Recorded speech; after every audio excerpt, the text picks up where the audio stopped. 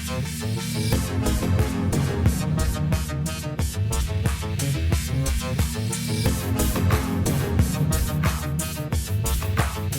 Sci-Fi Film Podcast.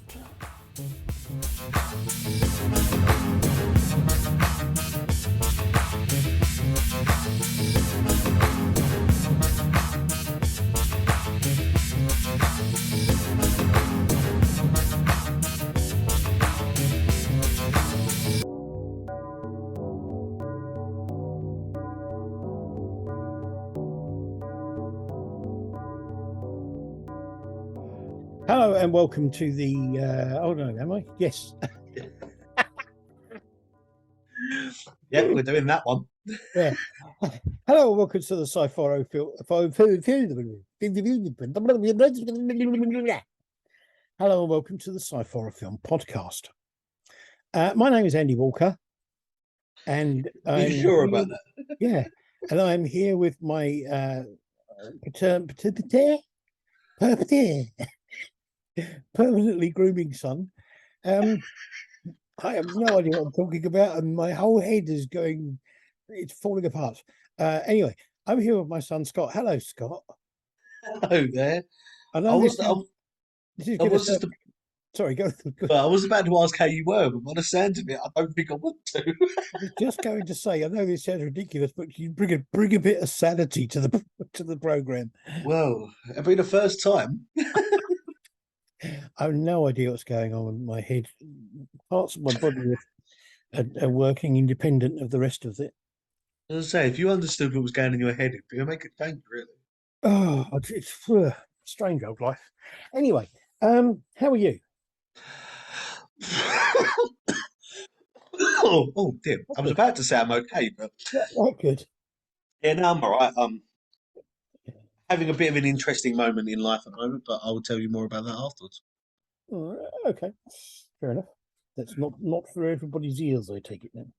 Oh, it's a fun moment in life where things are possibly looking up for me. Okay. Anyway, shall we get on with this film Mhm. review thing? Shall we? Yeah, I did. You're busy watching TV. No, sorry, I've got something caught on the side of my lip, and I was trying to move my head to get my lip in the right place, and realised that I couldn't. Okay. Anyway, this week we have two short films, one horror, one sci-fi, and we have a science fiction film. It's a very mainstream science fiction film, which is odd for us, but I just thought we could do with some more mainstream stuff and some less sort of like obscure, what the hell is going on type films. It's nice to have it every now and again. Yeah. So we're going to start off with a horror short. This is a film called On Fleek. Yeah. I'm not sure what On Fleek means, but here you go. It's a horror film from 2022 from Dark Matters Films. It was written and directed by Stephen Dorrington, and the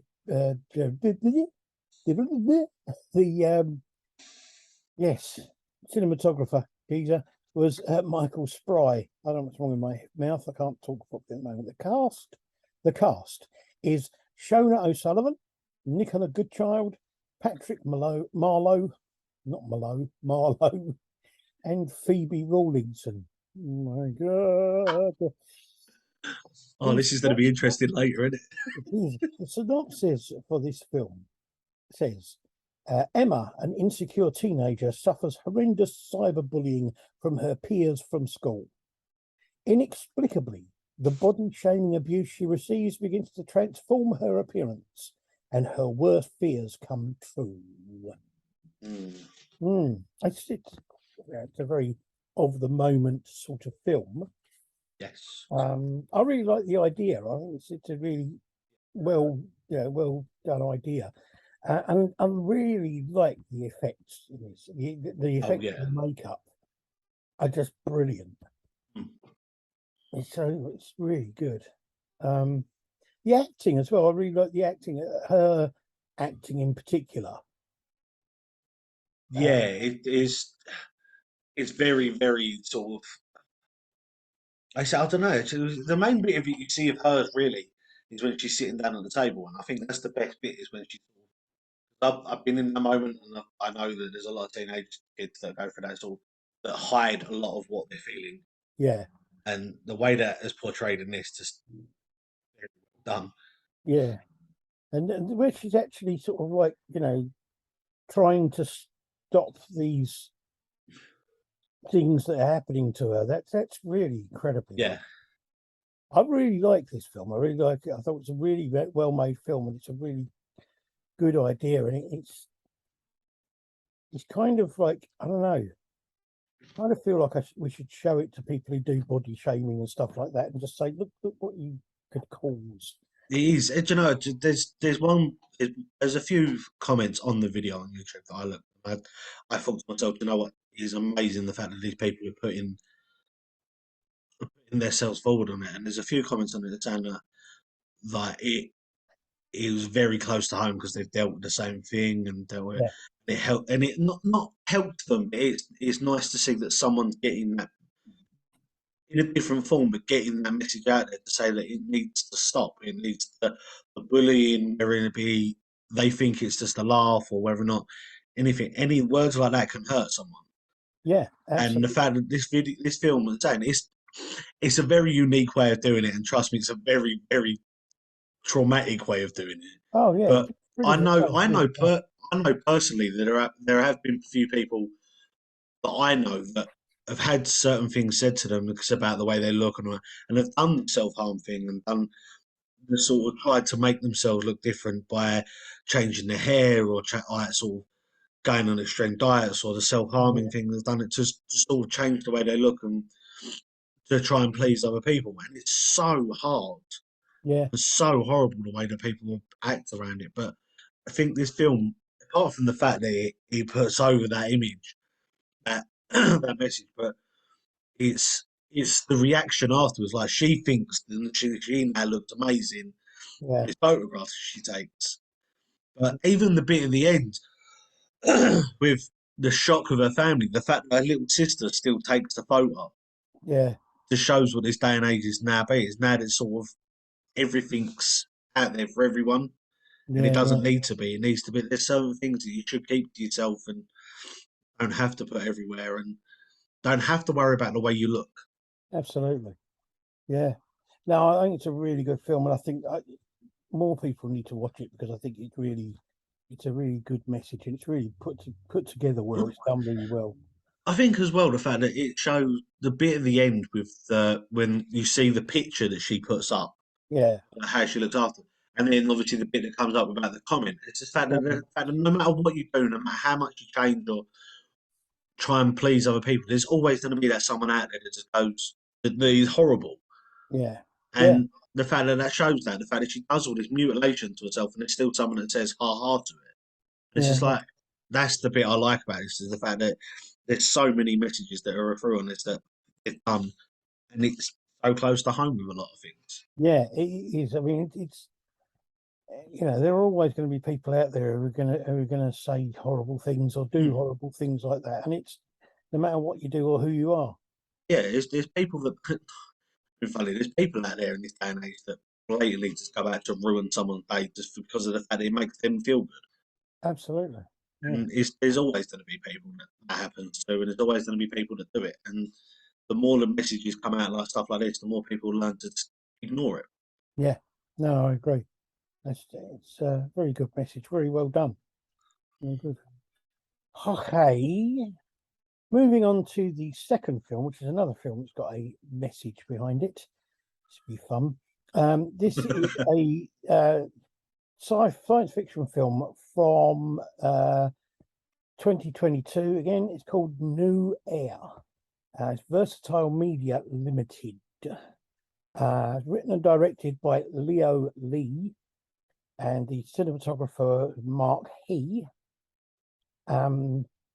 Cast is Lee Ali Imantua, Elizabeth Turner, I can do that one, Barbara Wang, Muriel Angeline Kakum, Now, this is interesting because it says in the write-up about it, it's the first sci-fi short film made entirely using virtual production on an LED stage.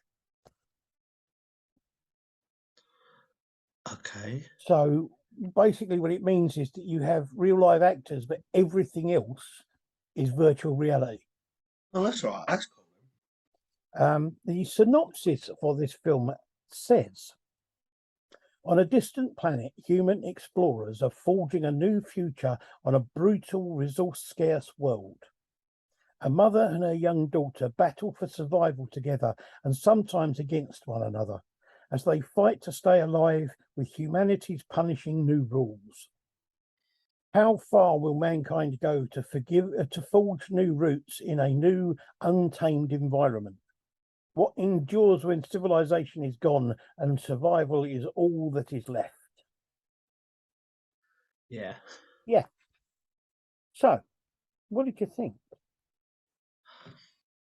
I feel, I don't know, part of me's a bit torn with this. I feel a bit weird. I think if I watched it the other way around to watch this one first, Mm, probably would have enjoyed it a lot more. But I think watching obviously the first one we done, I sort of felt left a bit sort of this is a bit naff now, just because of it. But I don't know.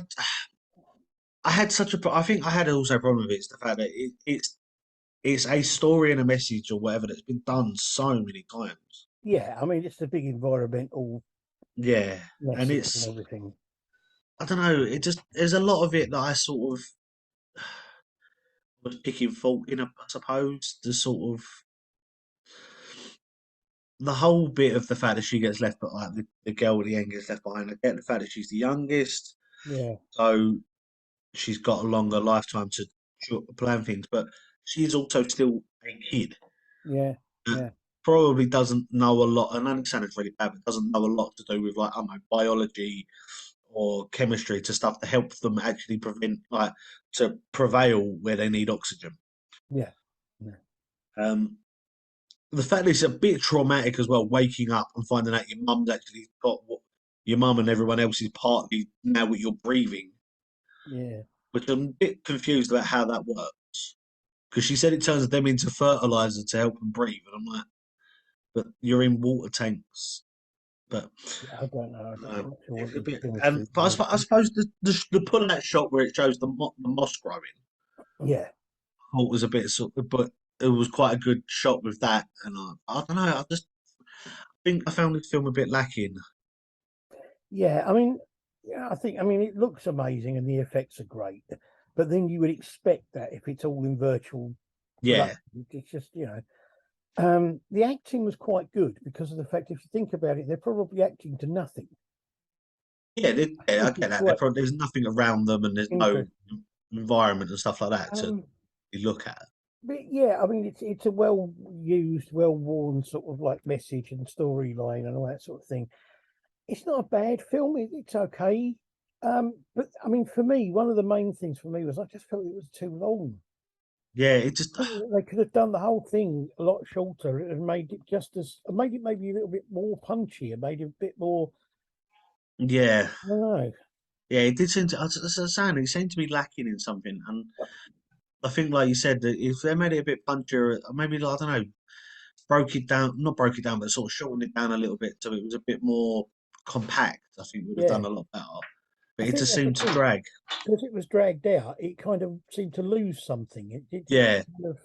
If it had been a shorter, more punchy film, then it might have been I think if they'd done it better watch. from, if they'd done it, say, from them stumbling in the airlock, like ripping a suit and was injured, and done it Mm. from there to the end, I think would have probably been better because it's a bit more like, well, hang on a minute, well, sort of draw you into what's going on. Why were they in a Yeah, rush from outside?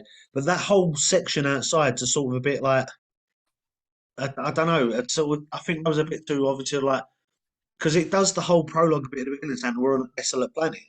Didn't yeah, they really need to show it? If they showed from the inside and that you're the last survival, true. it Yeah, maybe would have been a little bit better. yeah, yeah. I suppose. I mean, it's not a bad film. No. I mean, it's a good and important message, but I just think it's a bit. It could have been done a bit better. Yeah. Okay. Right, on to our feature film. Now, this feature film is from 1984, science fiction film from 84 called The Last Starfighter. Yeah. Yeah, this is directed by Nick Castle, who did some TV stuff in the 80s and 2000s. Just before I go into all this, just to make sure everyone knows, when I list all these things, it is only the stuff that we would normally cover. So it's only things that would be to do with science fiction or horror or that kind of stuff. They've all done a lot of other stuff Yeah. apart from what I'm going to talk about now, but that's what they've done in as far as our stuff's concerned. The writer was Jonathan R. Betchell, who did some TV stuff in the 80s and wrote film My Science Project in 1985. The cast got K.E. Cutter, who did some TV stuff in the 60s, 70s, 80s, 90s, and 2000s. Was in Zombie High in 1987, Frankenstein General Hospital in 1988, and Warlock in 1989. And we have Dan Mason, who was did some TV stuff in the 80s and was in a film called Incubus in 2006. Lance Guest, who did TV stuff in the 90s and 2000s. He was in Halloween 2 in 1981, Jaws the Revenge in 1987, Night of the Wolf in 2014, and a film called Altered Perceptions, which isn't actually out yet. It's in post-production. Okay. Then we have Dan O'Hurley, who was in TV stuff in the 60s, 70s, 80s, and 90s. He was in Invasion USA in 1952, a film called The Cabinet of Caligari in 1962, Halloween 3, Season of the Witch in 1982, RoboCop in 1987, and RoboCop 2 in 1990. Catherine Mary Stewart, who did some TV stuff in the 80s, 90s, 2000s, and 2010s. She was in The Apple in 2000. She was in The Apple in 1980. Okay, right. Night of the Comet in 1984, Night Flyers 1987, World Gone Wild in 1987, The Psychic 1991, Reaper 2000, The Attic in 2007, Imitation Girl in 2017, and The Elevator Game in 2022. And we have Barbara Bosson, who did some TV stuff in the 90s, and that's it. Norman Snow did TV stuff in the 60s, 70s, 90s, and the 2010s. Robert Preston, who did some TV stuff in the 50s. Louis Rogan did some TV stuff in the 80s and was in the remake of Invaders from Mars in 1986. John O'Leary, who did some TV stuff in the 70s, 80s, 90s, and 2000s, was in Demon Seed in 1977, Stepfather 2, Make Room for Daddy in 1989, The Haunting of Morella in 1990, and Waxwork 2, Lost in Time in 1992. Well, there we go. So the synopsis for this says, high schooler Alex Rogan conquers the Starfighter video game, only to find out it was just a test, and he is transported to another planet. He has been recruited to join a team of the best starfighters to defend their world from the attack. Yeah. So, there you go. This is basically a good family sci-fi romp. It's not meant to be sort of hard sci-fi that you have to think about and has some deep meaning to it as such. It's got some humor in it in different places. It's got some action scenes. It's got some slightly dodgy special effects, but hey, it was 1984. Yeah. Yeah. But it's kind of inoffensive, pretty good story and idea. Acting wasn't bad, it's not a bad little film, really, all in all. No, it's not a bad film. It's definitely, I think, one that they jumped on the bandwagon at the time with the whole Star Wars and Star Trek stuff going on. Yeah, well, I mean, I think I saw this at a cinema when it first came out, but I saw this at a cinema I don't know exactly when it was, but I saw it in a double bill with the film Enemy Mine. Okay. And it's a similar kind of thing. It's that kind of, you could watch this with most of your family without anyone being overly offended with any of it. It's like a bit like Flight of the Navigator and all of those kind of, Yeah. Which you is, know, I'd say this come before Flight and Navigator, didn't it? So it's think so, yeah, yeah. no, Flight and Navigator was not 86. So I think this is. I will say though, there is a name that you didn't mention, which is I think this might have been a stepping stone for him. What's that? Will Wheaton. Oh, Will Wheaton, yeah. Well, he Yes, Will wasn't Wheaton did. listed. No, He, he's. But the thing is, he's only in the background. yeah, He's not actually like a character that speaks or anything like this. He's in the background as one of the little brothers, Louis's friends, yeah, which he mentions like right at the end. So he's, yeah, but it's just the fact that obviously there's a few of them that went on and done quite big names. Obviously, Will Wheaton's quite one of the biggest that went on to do Star Trek, and sort of known for that. yeah. But it's just, I definitely think this is definitely like close to some of the ideas. I think were close to like, sort of Star Wars, especially some of the uniforms. Yeah, I mean, yeah, there were But there were obvious bits that were taken from things like Star Wars and that sort of thing. But then, any film, any science fiction film that yeah, came after Star Wars, after the first Star Wars films, we're going to have that kind of thing because everyone nicked from it. yeah, no, I'm not arguing that bit. I think what I liked about it. I think the funniest bit that I loved about this was not the fact, obviously, that everyone spoke perfect English with this translator, even ones that weren't in the proximity of the translator. Um, the fact that they were all humanoid and no one argued, and the fact that they all could breathe oxygen. Yeah, well, you have to have Um, a certain amount of. It makes it easier. yeah, Yeah, what I loved about this was how accepting everyone was. He's accepting. He gets picked up by an alien, or he gets offered into a car. Except quite happily jumps in, which obviously nowadays you can't do. yeah, Um, Obviously, a lot of that is accepted. He accepts the fact he's been taken into space and he's surrounded by aliens and gets accepted all this stuff, and he's perfectly fine with it, even when they're not speaking English to him. But the yeah, bit that made me laugh the most is at the end, where he comes down in the starship, yeah, talks to his family, and goes, "This is what happened." They'll go, "Oh, okay." yeah. Well, it's Like, obvious, isn't it? what? It's No, it's like, obvious. but the thing is, they'll go to who done this, and it's like, oh, it was a robot. That's almost like the perfect excuse to go, like, I was a complete and utter dick to you the other day, but it wasn't me. It was a It robot. wasn't me. It was someone else that can't prove it. Yeah, It was an alien. The only person that could prove it was me. I'm going to take with me. absolutely. Um, the interesting thing as well is that the guy who played the alien that picked him up, Robert Preston, before this, the thing he was most well known for, he did a few other things apart from this, but the thing he was most well known for was being in a film called The Music Man, in which was a thing that he had to do with like the writing and making of completely from the beginning.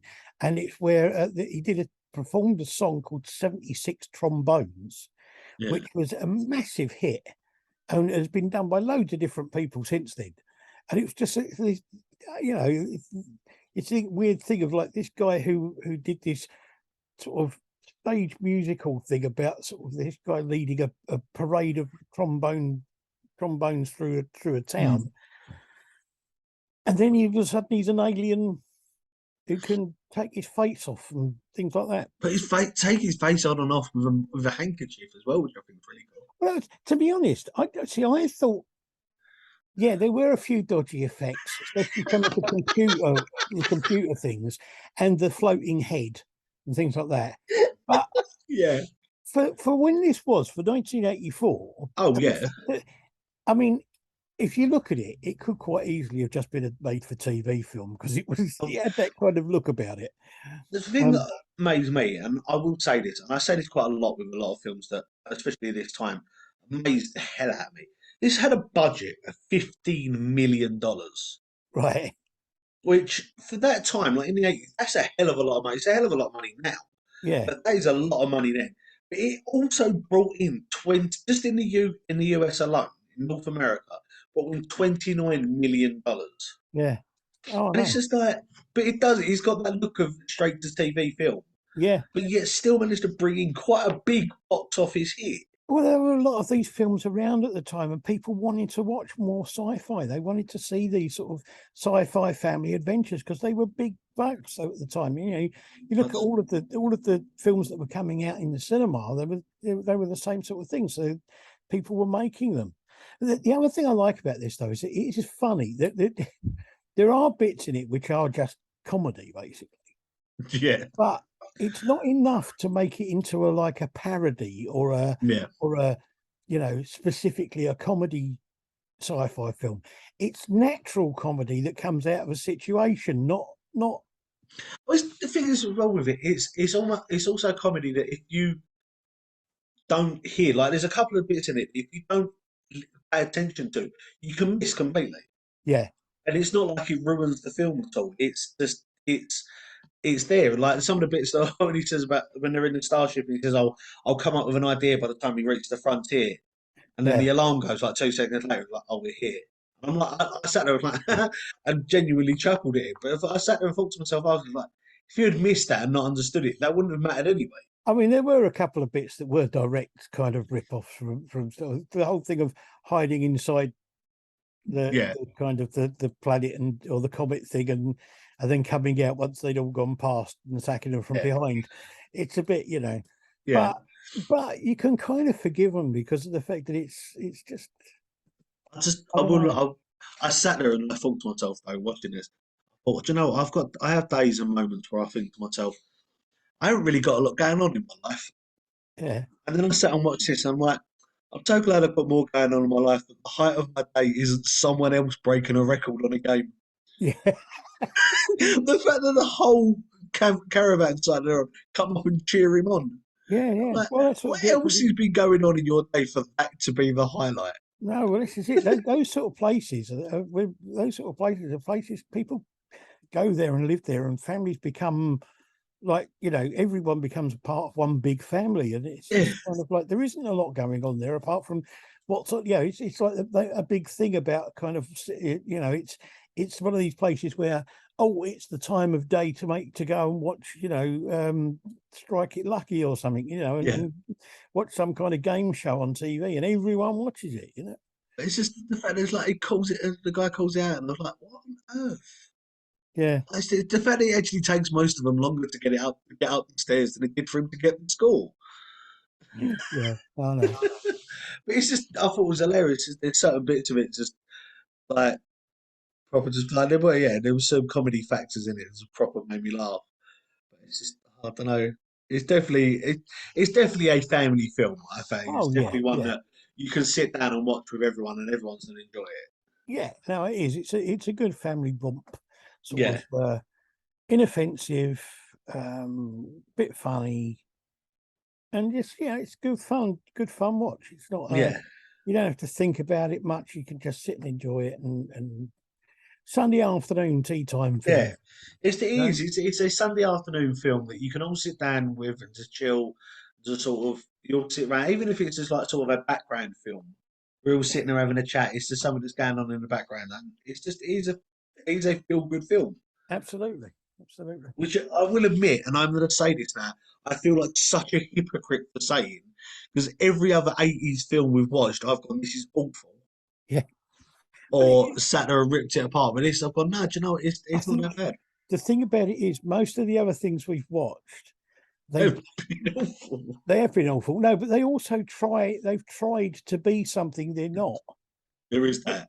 They try to be this huge epic, and they're not, or they try to be this sort of like massive, sort of like have this massive under story with it's Yeah, twists and turns, and it doesn't work.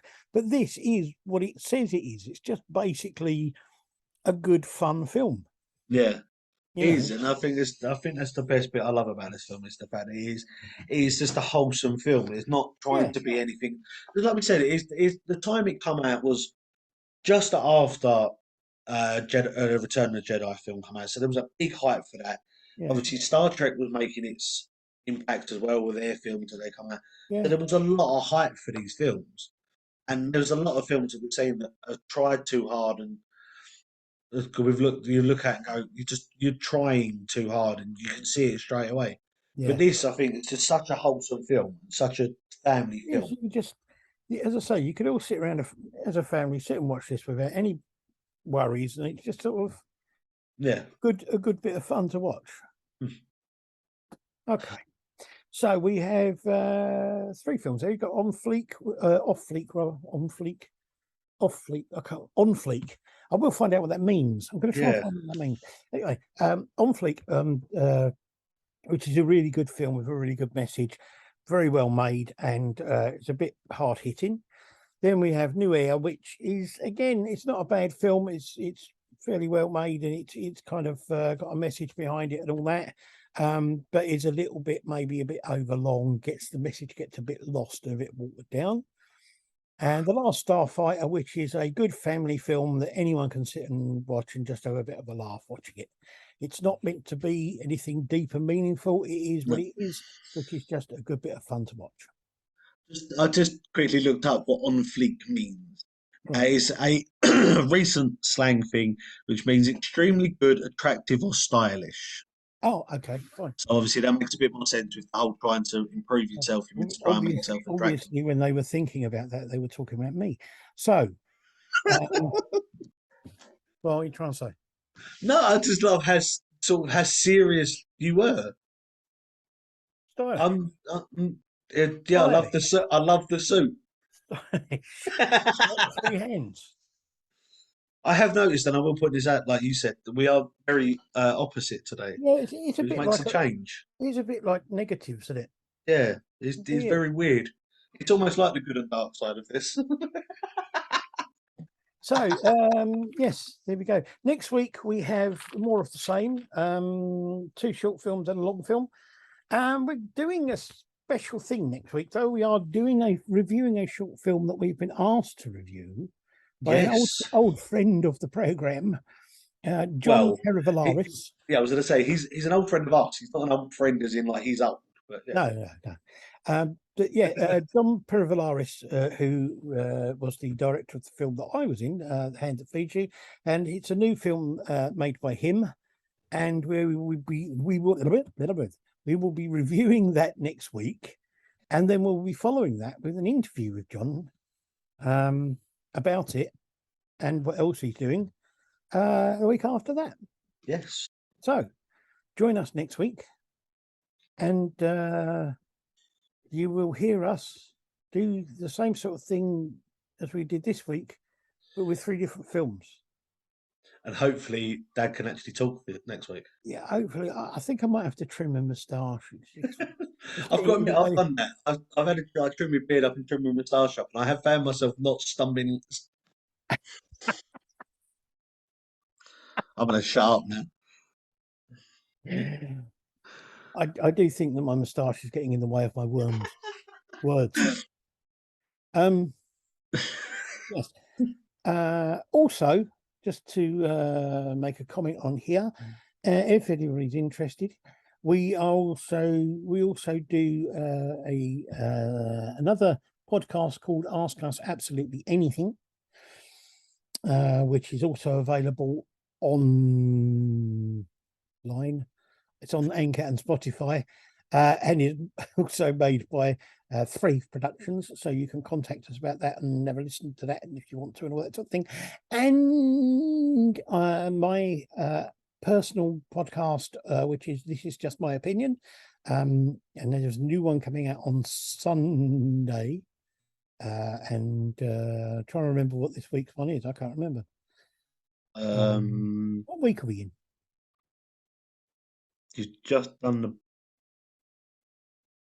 I just did one about the Wicker Man, didn't I? Yes. Yes. So in that case, this week's one is about it's about the Pink Floyd album, The Wall, and the film made from it. So yeah, thank you very much to anybody who has watched and listened. Thank you, Scott, for joining me and being part of the Mayhem. ongoing insanity that is my head and stuff like that and things. It's all right. I'm glad that I can. Actually, I'm not too sure whether or not I could be. I'm glad I could be part of the insanity, but I'm glad I could be here.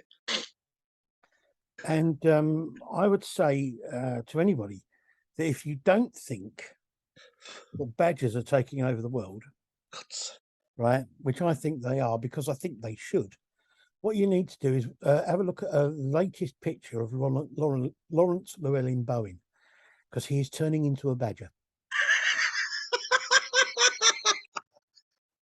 So until next week, thank you very much and goodbye. Bye.